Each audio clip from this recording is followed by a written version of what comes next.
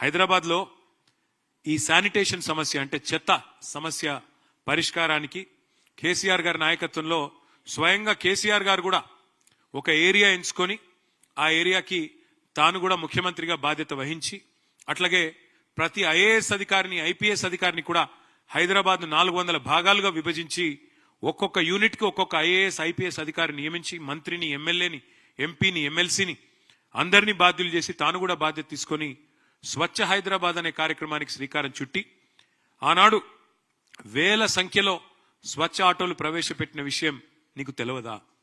నీ ప్రభుత్వం వచ్చినాక ఈ 2 ఏళ్లలో ఒక్కటంటే ఒకటి కొత్త ఆటో కనీసం ప్రవేశపెట్టినవా చెప్పగలుగుతావా? కేసీఆర్ గారి ప్రభుత్వంలో ఆనాడు 3000 మెట్రిక్ టన్నులు పర్ డే చెత్త సేకరణ చేస్తే మేము వచ్చినాడు తర్వాత మేము పెంచిన ఈ ఎఫిషియెంట్ కార్యక్రమం వల్ల అది 7,500 మెట్రిక్ టన్నుల సామర్థ్యానికి పెరిగింది. ప్రతిరోజు చెత్త కలెక్షన్ 3,000 నుంచి 7,500 టన్నులకు పెంచింది కేసీఆర్ ప్రభుత్వమా కాదా? అసలు నీ ప్రభుత్వం వచ్చినాక నువ్వు శానిటేషన్ మీద చేసింది ఏంది చెప్పే సత్తా నీకుందా అని అడుగుతా ఉన్నా. అట్లాగే మా ప్రభుత్వం ఉన్నప్పుడు కేసీఆర్ గారి నాయకత్వంలో స్వచ్ఛ సర్వేక్షణ అని కేంద్ర ప్రభుత్వం ఒక పథకం చేస్తుంది, ఒక సర్వే చేస్తుంది. స్వచ్ఛ సర్వేక్షణలో మా మున్సిపల్ డిపార్ట్మెంట్ ఆనాడు 34 అవార్డులు సాధించింది. బెస్ట్ మెట్రోగా హైదరాబాద్ అవార్డులు సాధించింది.